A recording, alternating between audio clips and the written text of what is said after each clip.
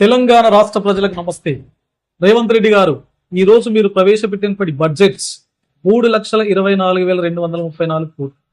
అంటే ఎటు చూసినా కూడా మీ లక్కీ నంబర్ 9 రిఫ్లెక్ట్ అవుతుంది. ప్రజా సంక్షేమం కోసం ప్రవేశపెట్టినటువంటి బడ్జెట్ లో కూడా మీ లక్కీ నంబర్ ను పాటించడం ఏంటంటే, మరి అదే లక్కీ నంబర్ విద్యా కేటాయింపులకు, ఆరోగ్య కేటాయింపులకు 46.25% ఉన్నటువంటి బీసీ జనాభాకు సంబంధించినటువంటి కేటాయింపులకు ఎందుకు జరపండి? మీరు విద్యాశాఖకు జరిపినటువంటి కేటాయింపులు 26,674 కోట్లు. అంటే ఇట్ ఈస్ ఓన్లీ 8.2%. వైద్య ఆరోగ్య శాఖకు 13,679 కోట్లు. It is just 4.2%. మరి బీసీ వెల్ఫేర్ కు మీరు జరిపినటువంటి కేటాయింపులు కేవలం 3,769 కోట్లు. It is just 1.1%. ప్రజలారా, అంటే ఈ ప్రభుత్వం చెప్తున్నటువంటి మాటలకు చేతలకు ఏమాత్రం సంబంధం లేదు అని చెప్పేసి గమనించండి, గుర్తించండి, ఫైట్ చేయండి.